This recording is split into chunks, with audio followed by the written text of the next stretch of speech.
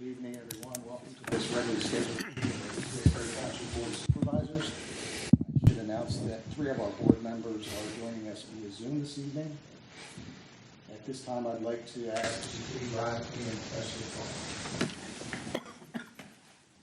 Pledge allegiance to the flag of the United States of America and to the republic for which it stands, one nation, under God, indivisible, with liberty and justice for all.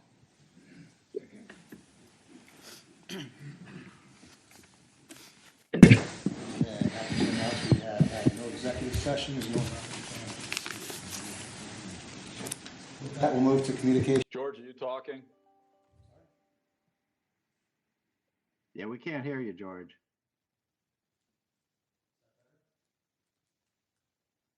You might have to get it really right up close. Yeah, it's probably just the distance from the mic.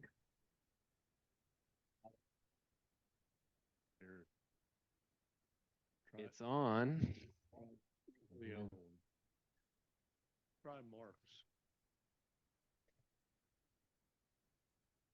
Any better? Yes. Yes. Same difference out there? You couldn't hear the first one? No, it's coming through the speakers now. I can hear it. Okay, great. Thank you. Okay, at this time, I'd like to invite any citizens who have any comments they'd like to make to please approach the lectern and state your name and address for the record. Anyone from the public this evening, any public comment?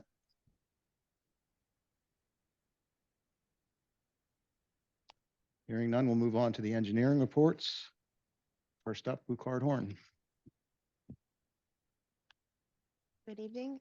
I do not have any updates to the Brenton report, but I'd be glad to answer any questions. No questions? No questions here?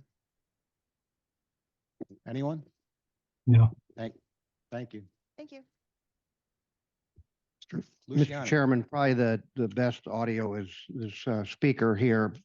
But I don't have any updates to my report. We have a plan to review tonight, and I'll be prepared to discuss that if you have any questions. Any questions for John? Okay, moving on to our consent agenda. We have items A through F. Are there any items that any board members like to have pulled from the consent agenda? Mr. Chairman, I move for adoption of the consent agenda items A through F as presented. Second. Motion is second. All in favor, please say aye. Aye. Carries unanimous. Bids, proposals, contracts. We're looking for authorization for the township manager to execute a service agreement with Express Bill Pay for online payment services. Mr. Vice Chairman, this is a new service that is needed for our customers to be able to pay via online services via credit card. Our current service is tied to our existing financial software. And since we're switching softwares, we need to switch service providers. Terry Hummel's here if the board has any questions for Terry. I have one question and a comment, I guess. I was a little surprised to see that our transaction rate was going up.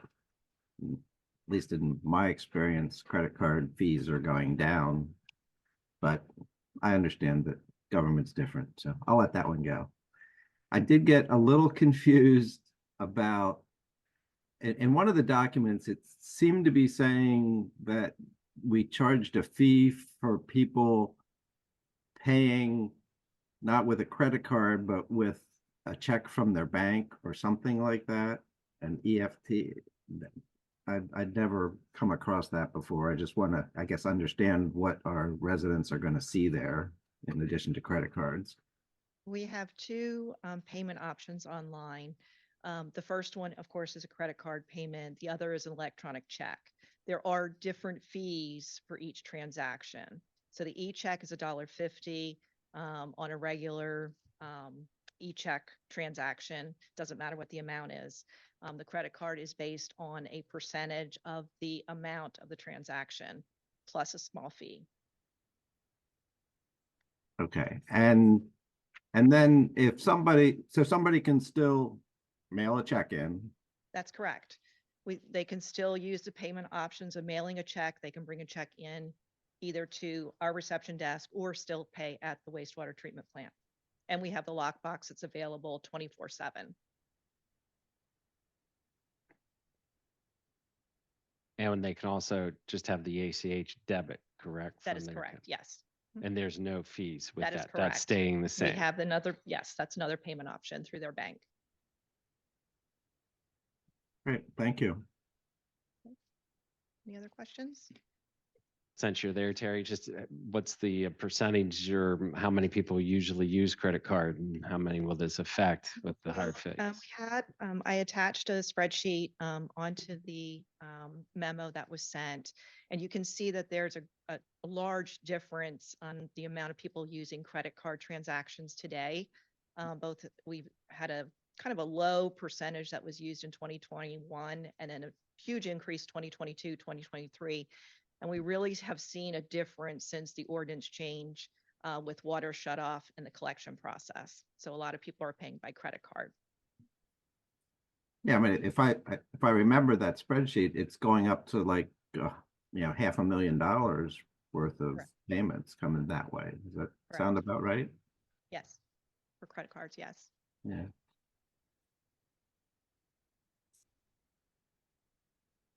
Any other questions? Any other questions? We lose Chairman Swamley. Something happened, yeah. In and out.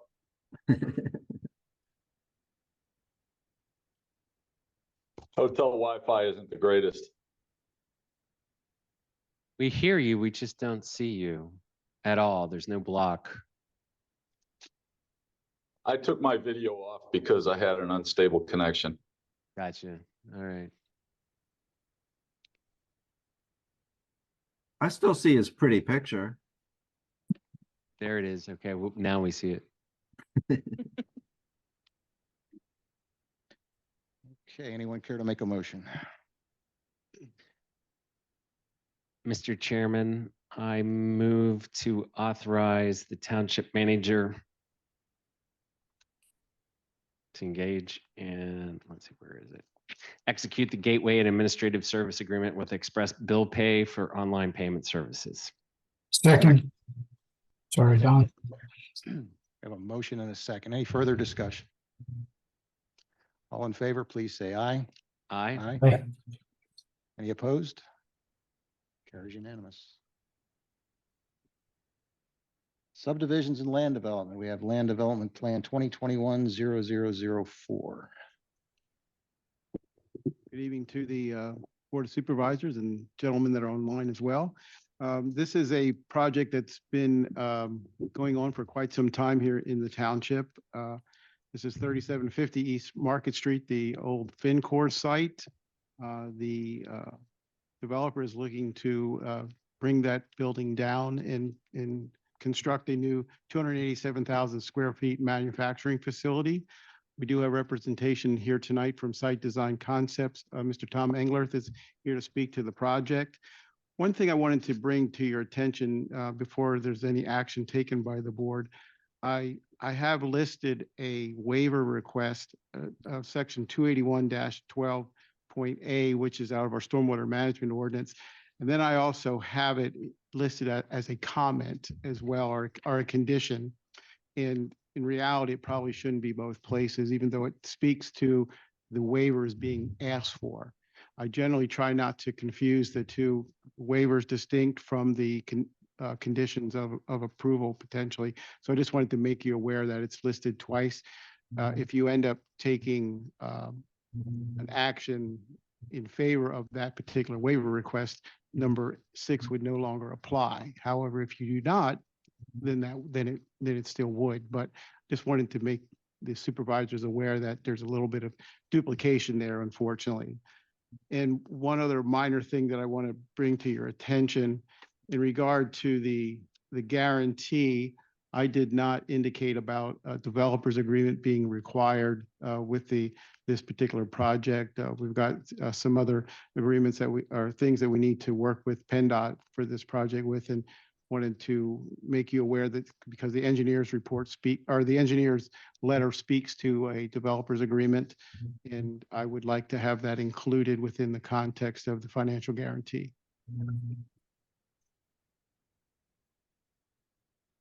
With that said, I'm going to turn it over to Mr. Tom Englert with Site Design Concepts. Good evening, everybody. Thank you for having us here tonight. As Randall said, this has been around for a while. It has been an arduous process, to say the least. The site has a lot of issues associated with it. The current building that sits there now is more or less blighted. I believe the utilities are actually turned off. So it's approximately 100,000 square feet of building that's going to be coming down. Some of the issues that we've faced along the way have been contaminated soils. There's an Act 2 consent agreement in place that we have to abide by. Because of that, we're doing a managed release concept, stormwater design that doesn't allow us to infiltrate. So we're holding that water back, which for a longer period of time for water quality purposes, hence a lot of the stormwater waivers that we're requesting. It's just not a typical design, but an approved design by PADEP and what you have to do when you're in a situation with contaminated soils. We also have an individual NPDES permit that we had to receive, not from the county, but through PADEP. We've worked through that and have that in hand at this point. And then we also have a PennDOT HOP for the new driveway. Actually, it's not a new driveway. It's a revision to the existing driveway that's out there.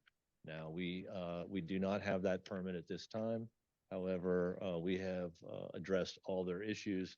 And at this point, the only outstanding items that we have are really the paperwork and the agreements that we have to get signed back and forth between us, the township, and PennDOT. So that's the developer's agreement that Randall's referring to. We're in the process of submitting a developer's agreement between us and the township that says, first of all, PennDOT's going to make the township responsible for the drainage and the signage and some of the other facilities that's being proposed as part of the highway occupancy permit for this driveway. The township, for whatever reason, I don't know, doesn't want to take responsibility for these things, so they're passing it off to the developer. So that's what that developer's agreement is going to say. PennDOT's going to make the township responsible. Township's going to make our developer responsible for those things. So we have no issue with that. You have a pretty good plan background on the plans on the summary that you received from your staff, and I'll be more than happy to answer any questions that you do have about this. We're very pleased that we're at the end of this project, and I think when we look at the conditions outside of the one that Randall mentioned, that's also a waiver. I think there's really only one plan condition outstanding, and that has to do with the providing a detail of the outlet structure, not even the outlet structure, but I'll call it a backflow preventer, but it's really like a flapper valve on the end of the pipe of the outlet structure due to the floodplain that we're also having to deal with there. So with that, I will make myself available to answer any questions you have. So Tom, could you comment a little deeper on the stormwater situation relative to it? It's DEP is essentially there a cap on the site? Yes, yes. Okay. So at this point, there are still some contaminated soils out there. They will remain in place. They're capped. There are going to be monitoring wells removed from the site. There's also going to be monitoring wells remain on the site. That whole area out there is still contaminated. So they don't want us infiltrating groundwater or infiltrating stormwater into the groundwater, as it may exacerbate the release of these on-site contaminated soils.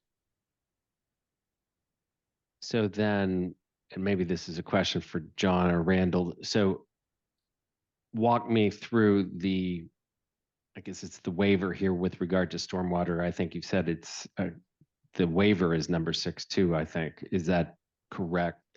Yes. Yes, that's correct. So what they're proposing, what's the staff's opinion of it? Is it that the waiver is here because of the site reality, or is there some other dimension to it? Because of the managed release concept, and managed release concept is, I don't want to say it's new, but DEP required every engineer to try to put the water back in the ground. Well, there's situations where you simply can't do that. As Tom mentioned, when you start infiltrating water back in there, any of those contaminants are going to get pushed around. And so you have to come up with an alternative method. And to be honest with you, some of the other related waivers, like for instance, we require our basins to dewater within so many hours, 72 hours. And in this case of this managed release, there's such a small orifice that just bleeds that water out slowly. It stays in these underground facilities and just bleeds off for much longer period of time. So it doesn't resemble any of our normal stormwater. And that's why you see a number of waivers related to the stormwater. One is the amount of time that the water's held. I mean, one of the issues we had, Tom talked about that backflow. There's also the stream that runs past First Post, comes underneath Market Street and runs along a swale where their outlet is there, and they had to come up with the plan to correct that from filling their stormwater facility. So the bulk of the waiver request related to storm is because it's sort of a square peg in a round hole, and you can't infiltrate it. It's got to stay in the pipes longer, and that's the way DEP has told the consulting world, this is how you'll handle contaminated soils. You'll handle it with also with when you have sinkhole activity, where you can't put water back in the ground. So you're seeing this a little more frequently. Okay, so then another way to put this is if the waivers is presented is essentially to comply with what DEP is requiring for this type Correct. of site. Yes, right. Okay.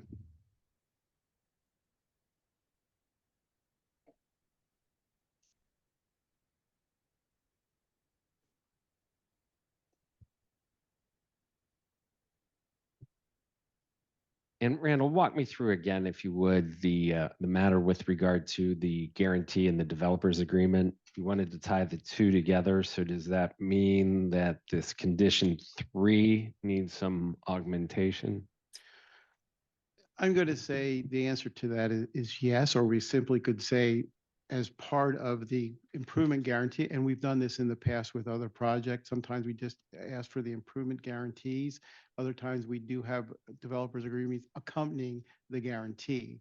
So this would be one of those circumstances where the developers agreement would accompany the financial guarantee. We've done it both ways since I've been here. I know that's occurred since prior to me being here as well. So they can work hand in hand. Okay. And that was a new matter that didn't come out of planning commission, or walk me through that timeline. Why wouldn't we have that as part of the overall plan or plan summary here? It was just literally, it was an oversight on Okay. my part that Okay. I missed having that in there. And this is a place where it can be, it could be standalone, but talking to John here prior to the start of the meeting, that the thought was that we could include it within the context of comment number 3, and it'll still accomplish the requirement. And Tom, I take it that's the very development agreement that you told us about that would include PennDOT to township, township to developers. We have it. And we appreciate you wanting to dot your i's and cross your t's. The reality is whether or not you act on a developer's agreement or not, we're going to have one, or we're not getting our PennDOT permit. Right. So, yeah. So it can be a condition or not, but ultimately it is a condition, and we're aware of that. We have it in hand.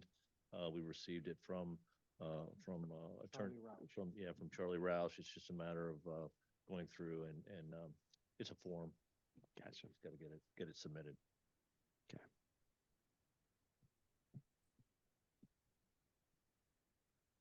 Don, Mark, Bob, any other questions, comments? Rich, I guess my only question might be, is there no opportunity to remove the contaminated soil during construction? So that was not what DEP wanted in their Act Two closure. Um, Okay. and while the contaminated soils may be able to be removed, or that, I guess that could have been an option, the fact that the groundwater is already contaminated is the issue. Okay. Thank you. Is the Act Two more or less constitute a non-disturbance agreement? Yes. So when you find contaminated soils, you do all your studies, you submit those to DEP with the recommendations. DEP goes through and looks at it, much like a stormwater plan or any other type of design, and they'll make their recommendations. The parties agree as to what's going to happen on that site, and the Act Two closure is a consent agreement that then gets recorded and follows the title of the property and tells everybody involved, from the current owner to future owners, hey, there's an issue here, number one, and number two, here's a list of the things that you can and can't do over the life of this project until something else is done. And it's the hope that I don't know if it'll be in our lifetime, but over time that will eventually dissipate and go away, and through the monitoring wells there'll be no significant contamination there anymore.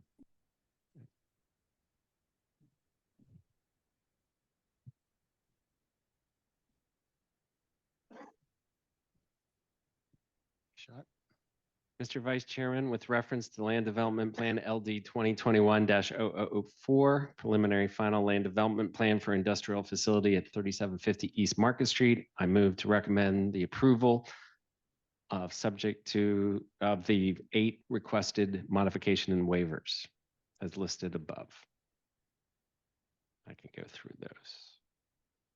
Being section 28910 preliminary plan, section 28913A plan sheet size, section 28924 feasibility report for water and sewer, section 28924 feasibility report, section 28927C concrete apron at driveway access, section 289 attachment 5 commercial and industrial buffer yards, section 28912A stormwater volume control, section 281-13A stormwater rate controls, Springersbury Township CNM section 02525 cement and concrete curb and sidewalk.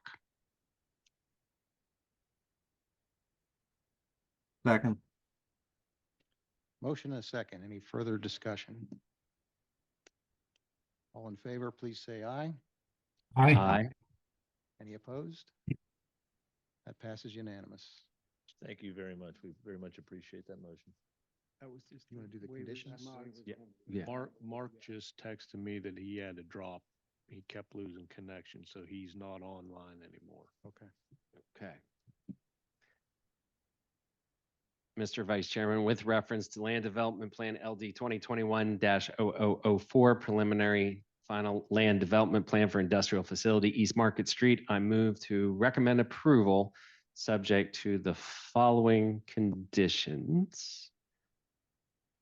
Number 1, section 28911B5, section 28911C7, section 28912C, section 281-10D, section 281-10E, subject to the red valve check valve detail on sheet C11 shall call out the appropriate size and installation guide, etc., and conditioned upon receipt and satisfactory review of developer's agreement.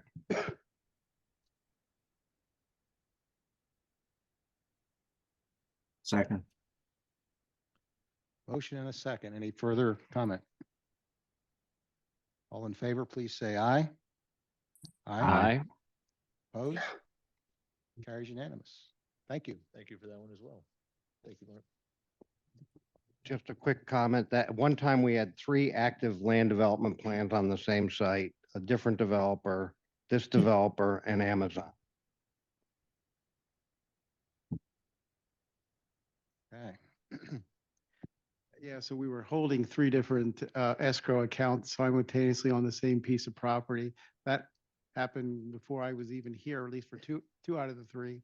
So it was interesting just how we had to close those other 2 out when this became the viable project, if you will.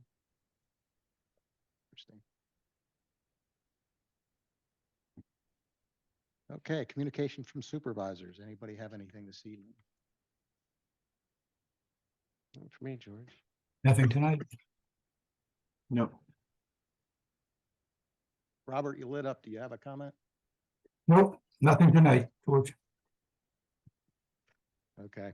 I do want to give one shout out this evening. I was reading in the reports, some of the community outreach that our police department has been doing in December. I'm really impressed with that. And I want to thank the chief and his team for all the work they did, because it is really impressive what you guys do on a community outreach basis. So thank you.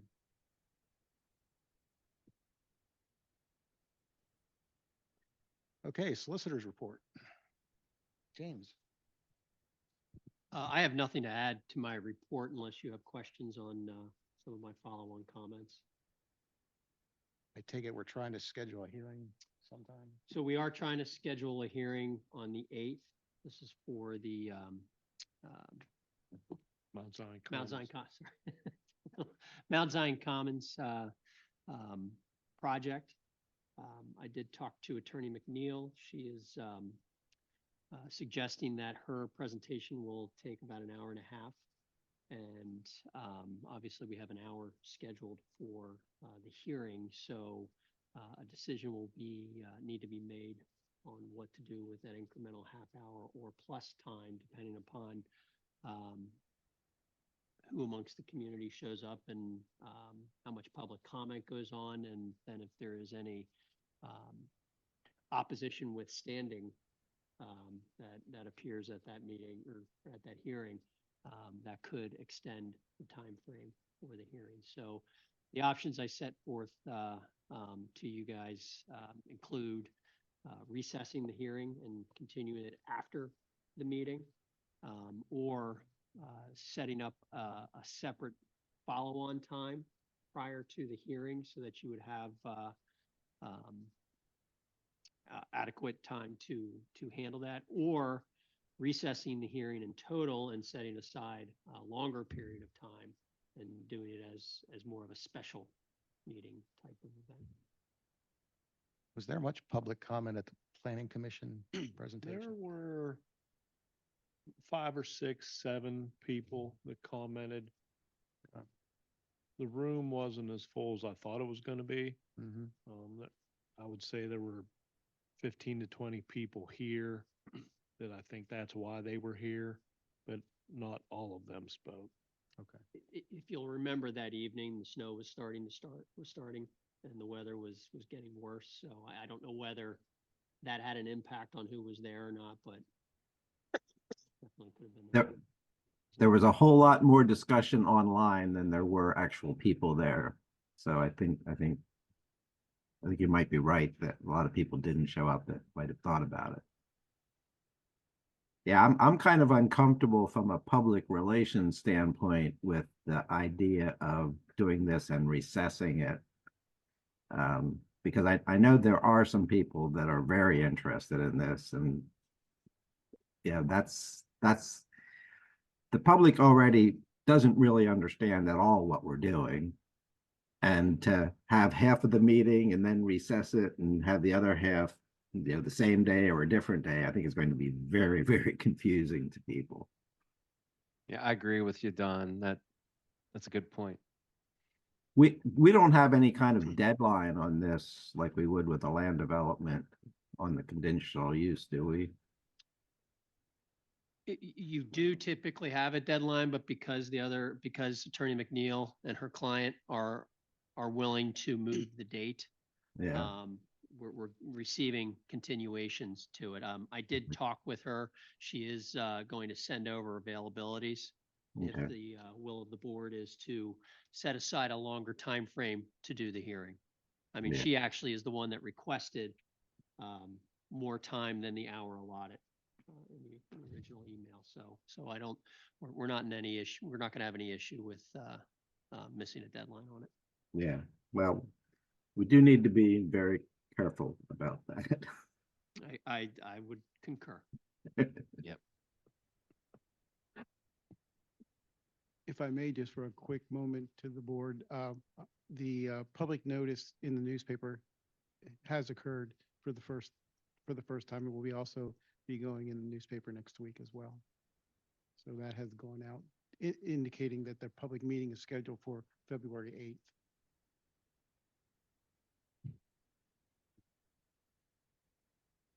Yeah, I would just say that I'm perfectly fine with scheduling a dedicated meeting date for that, given the amount of time that I think that's going to take to go through, and agreeing with the comments that I don't think it makes sense to split it, start it, suspend it, and we'll start it later.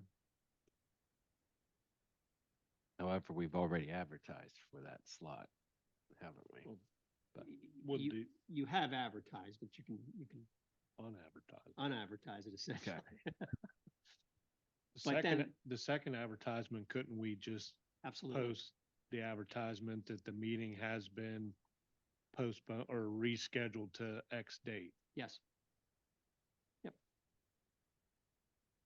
And we'll duly promote that to all to the public in more than So just what the I would basic way. suggest is if, once we get a date from, and we agree upon a date, exactly like you said, Mark, unadvertise it and advertise for the new date, and then run the second advertisement after that for the new date.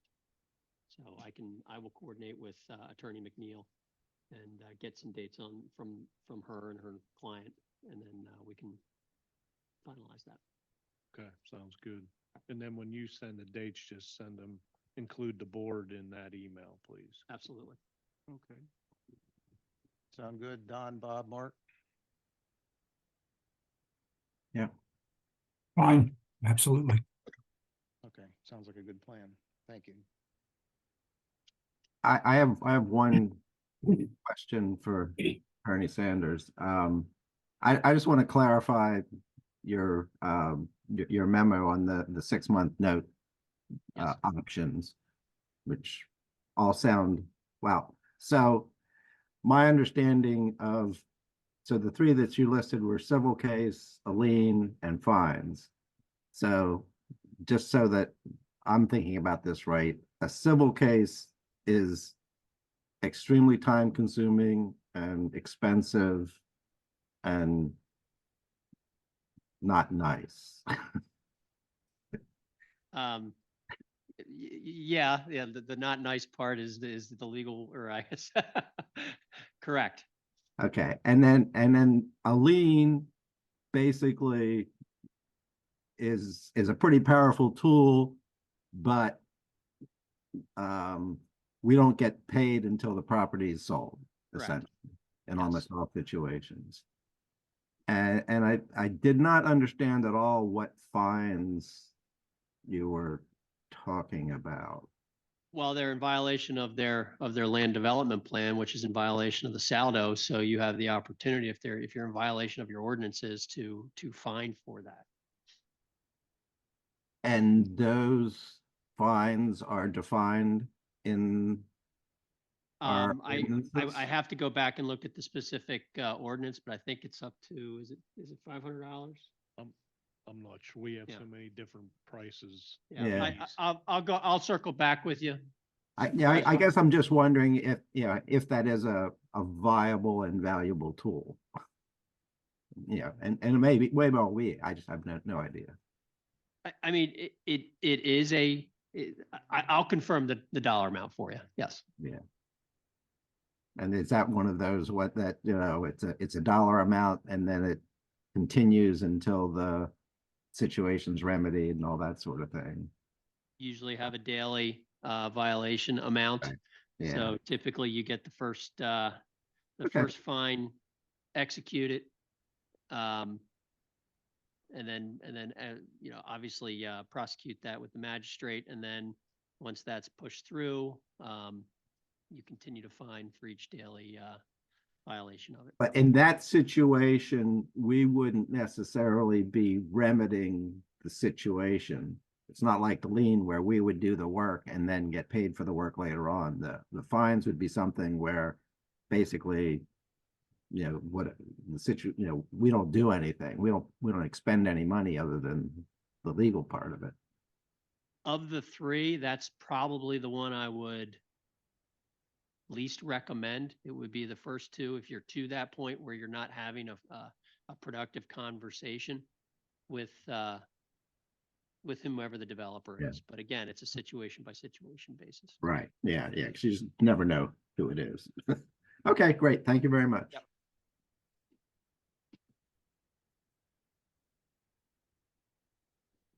Okay, next up, manager report. Mark, anything to add? The only thing I wanted to add to my written report is I sent an email out earlier this week asking for dates that suited the board to have a work session in February, which it sounds like February is going to be busy now, but dates to schedule a work session with the Planning Commission to go over the draft comprehensive plan. So if the board could get me those dates as soon as possible, that'd be great. Okay. Other than that, that's it. I guess February 8th is open now. Well, we still have a board meeting that night. Oh, how long? You need a long session for that work session too, I more would than an assume hour. the comp plan work session will be, I think they do more go than longer an than an hour. hour last time Yeah. we did it. I think there's pension that same night too, isn't there? that's the second February. That's the second. Okay, Yeah, February meeting. okay. All right. Any other questions for Mark? Thank you for reaching out to Senator Kristen Phillips Hill's office. Okay, does anyone have any discussion they'd like to have on any of the items listed under old business this evening? I don't really have anything to discuss this evening, but we are here in 2024, halfway through the Spring-Spree Township 2022-2026 strategic plan. It may warrant us as a board taking an evening, maybe work session, just to go through that, revisit that, take a look at where we are and where we need to go. Maybe see if we want to, redo that for the next 4 years. It's my suggestion. I think that makes some sense. Sounds great. We'll send something out to the board for beyond. Beyond Maybe after February. February? Yeah, Yeah, okay. Perfect. All right. that is not urgent, but let's not lose sight of it either. Okay, moving on to new business. We have a presentation scheduled from the York County Planning Commission.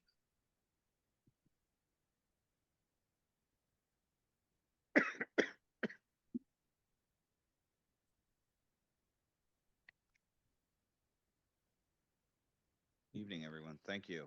My name is Chris Cava, Senior Transportation Planner with the York County Planning Commission, here with our engineer on the intersection analysis for Memory Lane and Industrial Highway, JMT. Tonight, I'm just briefly going to talk about how we got here, what we've done, that go over the conceptual alternatives, talk about some of the impacts related to the alternatives, and open it up for questions, comments, and hopefully we can have a back and forth regarding this if you have anything to say. So we in the YCPC have reached out to a number of municipalities and told them that we were looking at analyzing several intersections that were highly congested areas. One of those was Memory Lane and Industrial Highway. So over the past year, we've worked with JMT to develop some alternatives on how we could improve the operations of that intersection, as well as look at some of the safety issues regarding the intersection itself. So if you can go to the next slide. This slide shows the current AM and PM delay per second per vehicle. And what we have here, you have the existing delay, 2023 AM PM Friday level of service and Saturday level service, and it goes out to our horizon year of 2045, looking at the same time. So right now, the current intersection is operating at B to C level of service, and we're essentially looking at a little bit of increased delay into our horizon year if a no build option is carried out. So looking at anywhere from right now, overall AM level of service of 18.7 seconds, and in 2045 looking at 19.7. The Saturday delay goes up the highest about 6 seconds, but it's still operating or anticipated to operate at a level C based on current development and anticipated growth in the area. Below that, the crash data from January 2017 to December 2021, we've had 42 crashes within the study area itself. However, we've only had 10 within the actual intersection. So if we have a no build option, we're looking at approximately 4.6 crashes. If we go and look at our alternatives, there's a roundabout option. We're looking at 3.63, a northbound right turn lane, 4.41, and the alternative 3 is a northbound and southbound through lane. We're looking at a 4.6 as well. So not really a lot of difference between the 4 options, but we can discuss that later. Next slide. I'm going to get into the first alternative that was studied, and what we have here is a 2-lane roundabout. Normally you see a single lane roundabout throughout our area. This is a 2-lane roundabout due to there being negligible improvements with a single lane roundabout. And this intersection, what you would see is an improvement of the AM, PM, and Friday level of service. The AM level of service would go from 19.7 second delay all the way down to a 6.6 second delay, and improve that from a level of service B to an A. Similarly, the PM would improve from a level C to a B, and the Friday, even though it's still a level service C for the Friday, it would improve by approximately 16 seconds for that Friday time period. Like I said, with the predicted crashes, we go from 4.6 no build to 3.6 if this were built in the predicted total crashes. The construction cost estimate, now this is construction only, it does not include right-of-way utility, design, anything like that. It is the highest cost out of all the alternatives at approximately $3.5 million.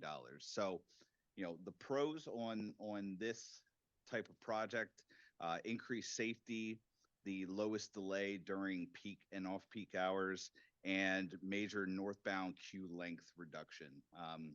And we all know a lot of that is due to the Eastern Market and the amount of development through that corridor. But the cons associated with this option: highest construction costs, highest impacts on the businesses, highest impacts to the aquatic resources and potential hazardous waste site. Obviously, that is the sheets, and we also have a little impact to the location of the manufacturing plant across the street.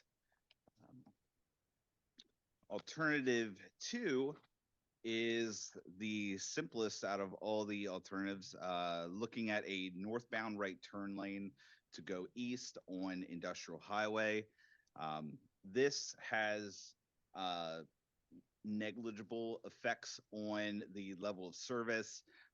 You have approximately like 1.2 seconds in the AM, about 3 seconds in the PM, and about 6 seconds for the Friday peak travel. Not really any differences in the predicted total crashes. However, this is the lowest construction cost, and at 1.4 million, and a big caveat of that is the bridge underneath to put that turn lane in. So this also minimal right of way, least environmental impacts associated with this. However, we have minimal safety improvements, modest improvement to level of service, to our horizon year 2045. And like I said, the replacement of that bridge underneath. So if we go to alternative 3, this is gonna have to shift your head northbound and southbound goes left to right in this instance. But we're talking about putting through lanes northbound and southbound. AM level of service, you have about a 1.5 second improvement. PM, you're looking about 5 second, and Friday peak, you're looking about 7 seconds of improvement. No changes whatsoever to the predicted crash rate compared with this to a no build option. This is a larger footprint than the northbound right turn lane option at $2.3 million of construction. So the biggest pro of this one is that northbound queue length reduction. And that's like the big issue that we see with the Eastern market is that northbound queue. This one provides ability to extend a 4-lane section south of the project if needed. Cons, no safety improvements predicted. There would have to be a widening at the railroad crossing, which is one of the historic resources in this study area. And there is potential for contaminated soil impacts with this option. On our next slide, I included a whole list of the summary impacts of each alternative. And what I want to really focus on is if you look at the required right-of-way impacts for the roundabout, 22,500 square feet estimated impact versus if we just look at a northbound right turn lane, we're looking at 2,100 square feet. And then those through lanes would be approximately 18,200 square feet. The roundabout has the highest impacts to utilities with 8 utility poles impacted and 1 fire hydrant. The northbound right turn lane, there are 2 utility poles in that vicinity. And the through lanes, 5 utility poles. We have 2 railroad crossings and 1 light post at the rail crossing. Each of these would have an impact on that tributary to the creek. We have moderate impacts to socioeconomic resources as well as bus routes, archaeological resources, and above historic structures. There wouldn't be many impacts with the exception of the north and southbound through lanes, which would have a high impact to above ground historic structures, the rail line, and hazardous waste with potential impacts to sheets. That is probably gonna be the biggest hazardous waste issue there. I am going to go through the final recommendation. So based on the report that JMT provided for us, summarizing, only alternative 1 makes the significant improvement over the existing condition for operations. And that was pretty much what we were looking for. How does the intersection operate? However, with the project construction costs of estimated at 3.5 million and significant environmental impacts, JMT has recommended the no build option. Now, this intersection operates at a level of C in all the current peak hours and is projected to remain at the same level of service over the study period. Even though we have long queues occur during the peak hours, the vehicles are largely clearing the intersection within one traffic signal cycle. So the signal itself currently, before any updates are made, is servicing the traffic efficiently right now. Since traffic patterns and volumes are not anticipated to change greatly based on current level of development, the minimal improvement to the level of service and the reduction in traffic queuing doesn't justify the costs and impacts associated with the other two alternatives.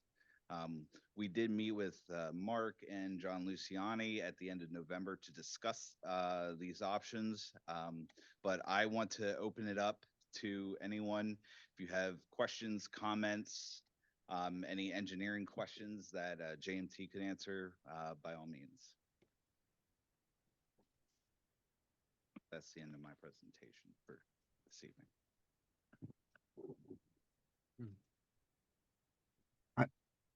I have a question, if I can, on what you have up on the screen right now. What your summary says that JMT recommends the no build option. So is that the recommendation of the York County Planning Commission also? We have not taken an official position. We decided to come out to the board and to the municipality to gather your input before any discussion with the MPO would be made.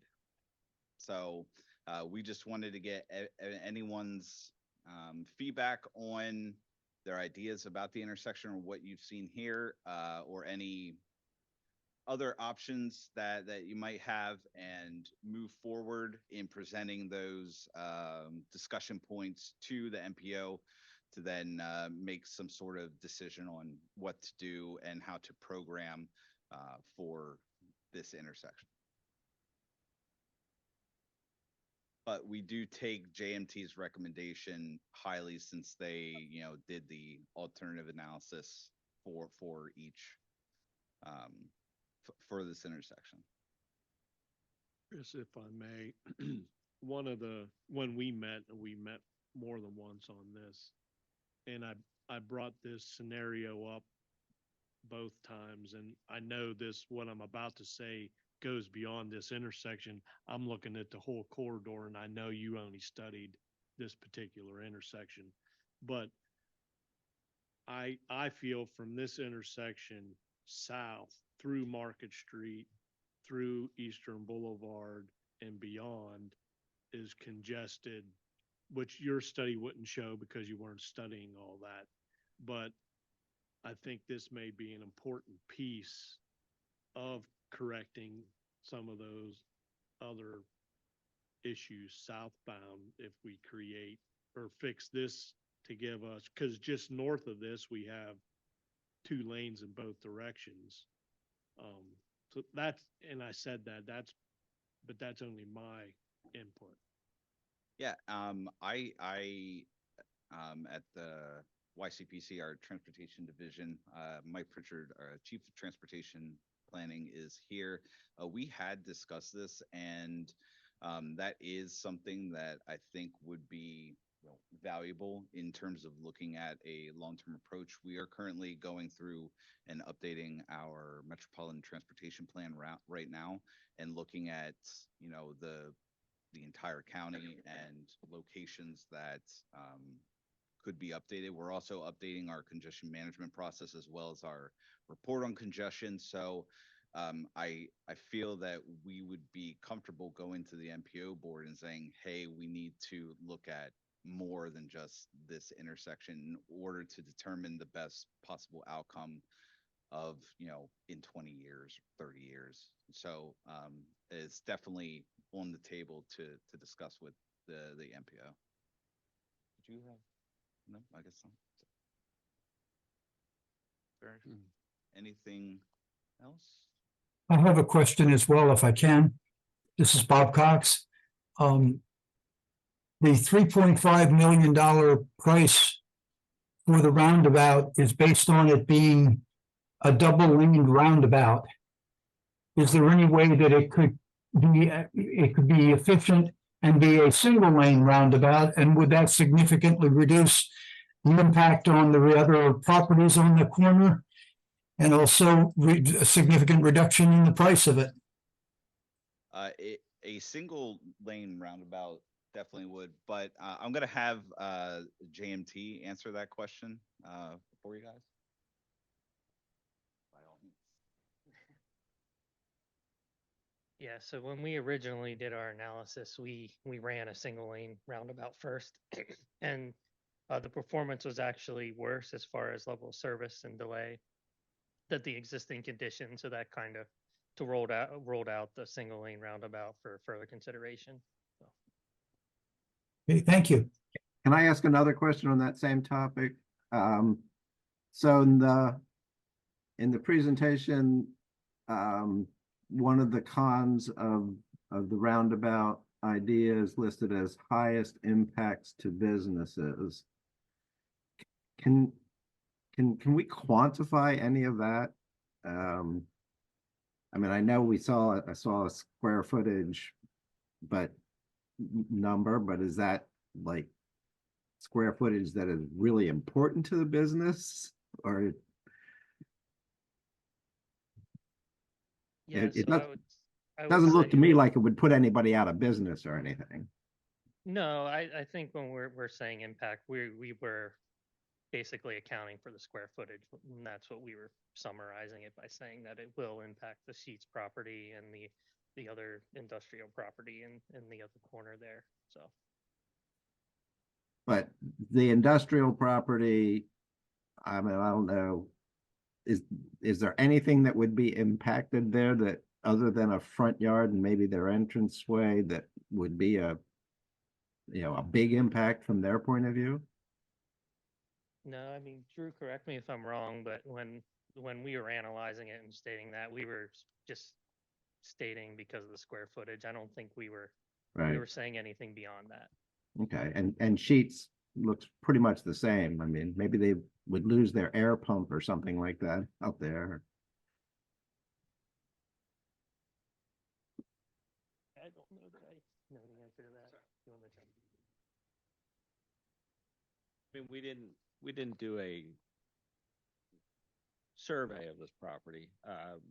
We did place the roundabout to minimize impacts, but we don't have the grades taken into account on this. This is kind of just a display. There may be impacts to some of their parking. I can't speak to it definitively, but there would be some impact to Sheets for sure. I don't know, the other properties may not be as bad, but. And this one does not require changes to that bridge? Yes, they all do. All Yeah, three all do. alternatives. Yeah, would- they would would have require widening. I thought so. It just wasn't mentioned on this one. So, okay. Or probably replacing the structure, actually. And the reference to potential hazardous waste sites, that's just because it's a gas station there? Primarily, yeah. Yeah, there's underground tanks and likely contaminated soils in the area.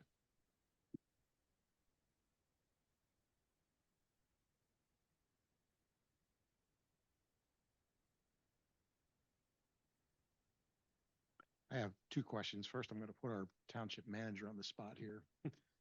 Mark, several years ago, we engaged a consulting firm to do a transportation study. Do you happen to know offhand whether they had any specific recommendations for that intersection that they proposed we take a look at that may be different than what we're seeing here tonight? I don't know if they had any specific ideas of what would work here, but they did flag this intersection as one of the higher priorities, if you will, in the township. Okay. All right, thank you. And then my And question. I'll just remind you on that same issue, they did talk, they knew the equipment was old and said, go get a grant for this, which we did.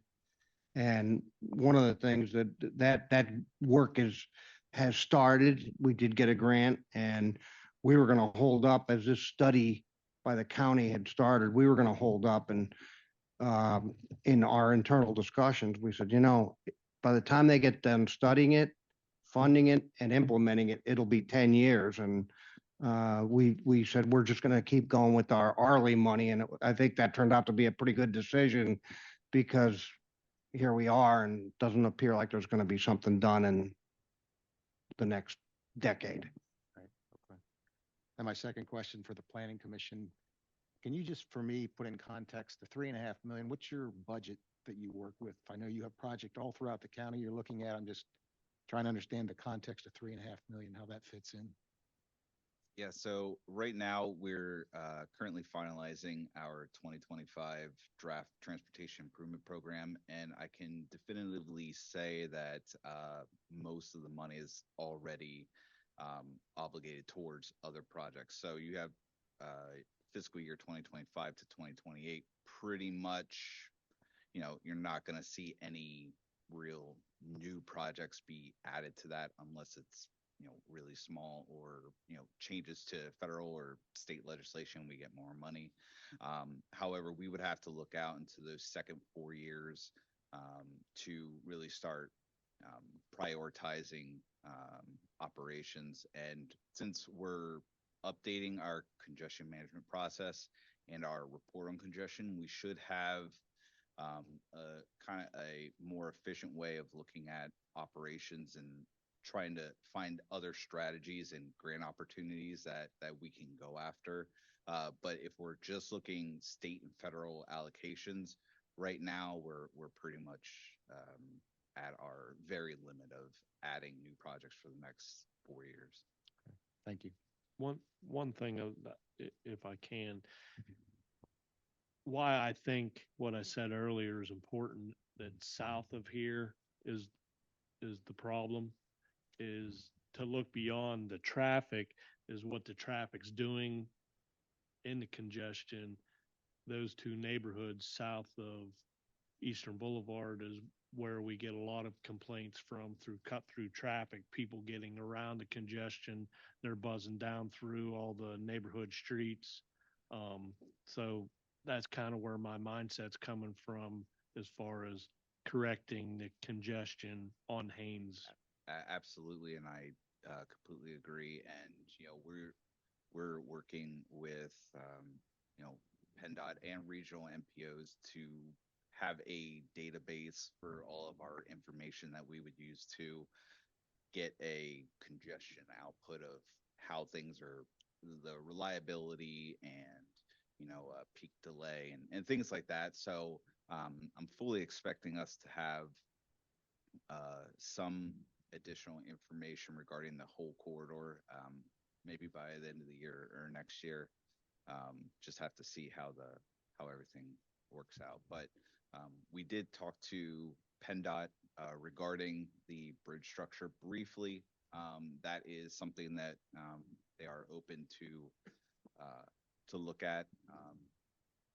That we had talked about with Springersbury Township, trying to figure out a way to deal with that bridge there and possibly add a little more wiggle room so that we can move traffic through. So definitely up for discussion, and we'll be in touch with the township. Thank you. Any other board members, any other questions or comments? I just want to 100% agree with the township manager's approach to looking at this as the whole corridor, everything from this study area south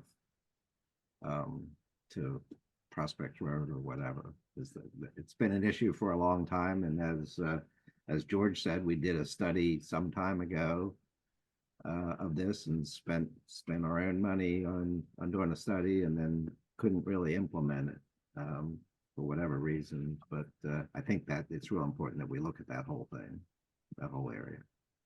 and we will do everything that we can from the County Planning Commission to be in touch with not only the board, but Mark and John related to the corridor and everything that comes out of our congestion work this year.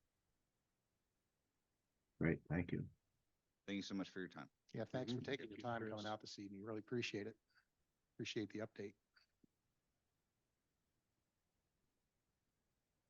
Okay, last item on the agenda, our gift agreement with the Historic Museum.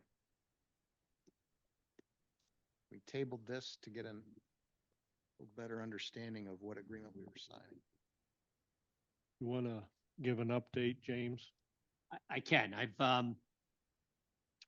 So I've had a few email conversations and actually a telephone call with the commission today, and got a better understanding of the reasoning behind why they don't waver so much on the requirements that they, if you contribute the property into the collection, why they don't put conditions upon it.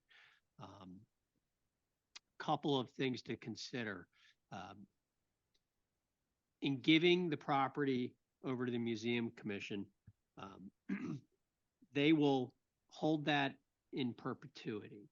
So in other words, they are committing to keeping it in their inventory, providing for insurance, providing for protection of the artifacts. It's part of their mission.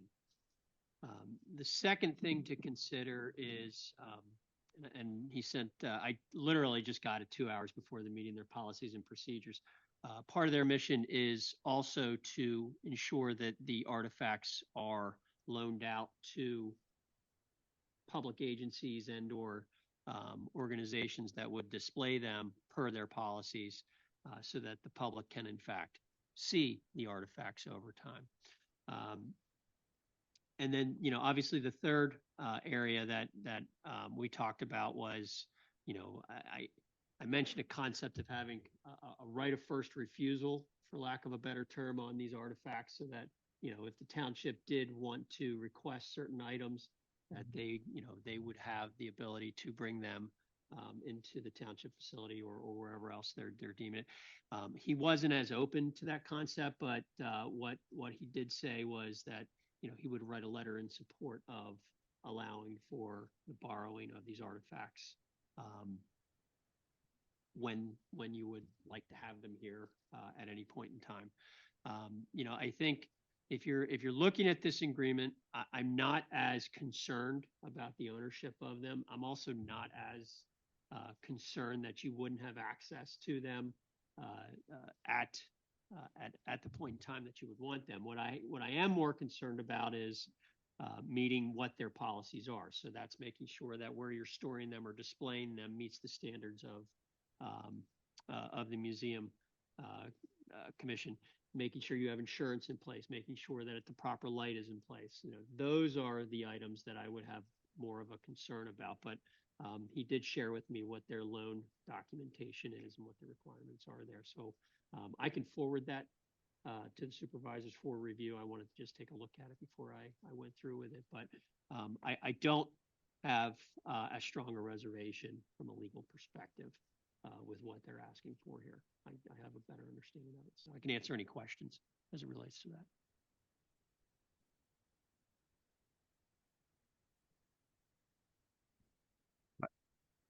My only comment is that, I think it would be nice for the board to see those policies. Once you've had a chance to look at them, James, and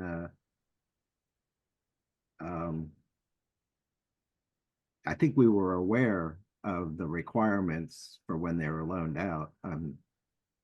I suppose I assume policies can change over time.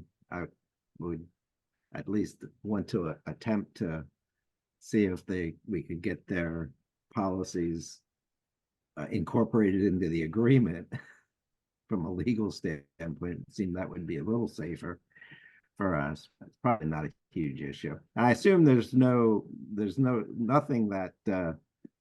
time limit for us to make this decision. that I'm aware of. Is that correct? Not that I'm aware of.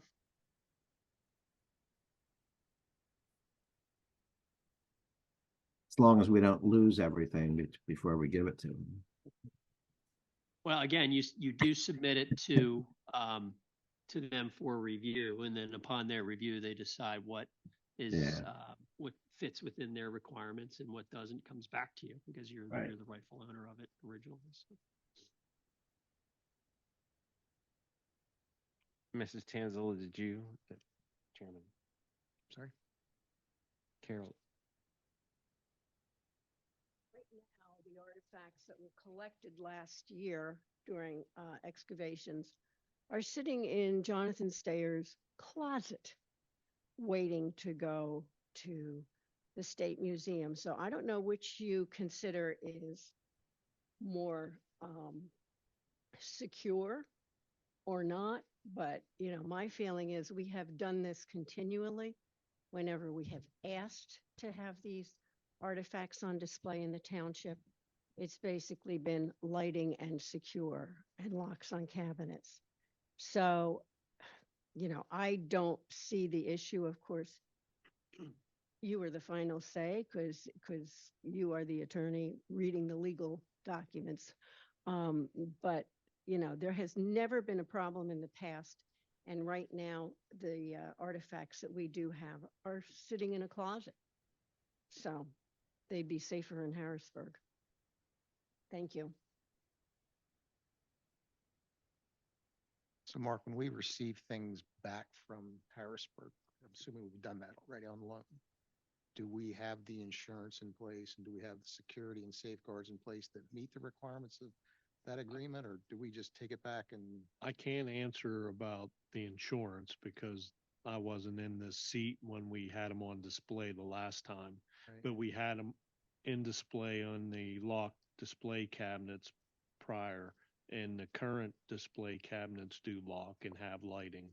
So I would assume those two things meet. I can't answer if we had insurance the last time or not, but if it's a requirement, then we would do so. Okay. I just want to make sure we understand that because we'd be the ones signing this agreement. So. But there, I think if we want it back as a loan, then there's a That's their different, loan agreement. there's a different sitting agreement. At 2 Harrisburg. So the artifacts that are currently sitting in Mr. Stayer's closet, they would get submitted, and that's the gift agreement that you would execute. Right. The question I was asked to talk to them about was the ability to control bringing them back. In other words, I call it, for layman's better, for lack of a better term, right of first refusal on them. If you want them in some other place, would like to display them, and you would get the rights to them first. That was something that he couldn't quite get his arms around with me, but.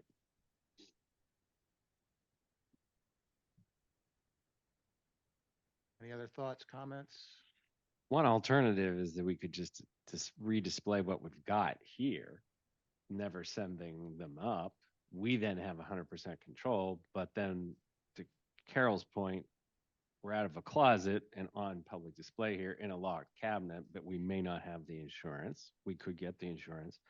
We still ought to know what the Pennsylvania Museum Commission wants in terms of that loan agreement to understand their criteria. But I think overall, in the broader scheme of things, if we want to control the artifacts, then we should really have a plan and we can display them here, at least for this set. If we really want to preserve this for history, I think we ought to submit it to the Museum Commission and allow them to manage these assets appropriately. I agree, because if we have them ourselves, they're not going to be in this cabinet forever. No. And then they get misplaced or whatever. So if it's on a loan agreement, it'll have some sort of term, I'm sure length of term, and then we send them back, get new ones or different ones if we want. Yeah, I would agree with all those comments. Well, based on that, Mr. Vice Chairman, I move to authorize the township manager to execute the accessions and gift agreement with the Pennsylvania Historical and Museum Commission for camp security artifacts found in 2023. Second. Motion is second. Any further discussion? All in favor, please say aye. Aye. Aye. Any opposed? No. Passes 4-1.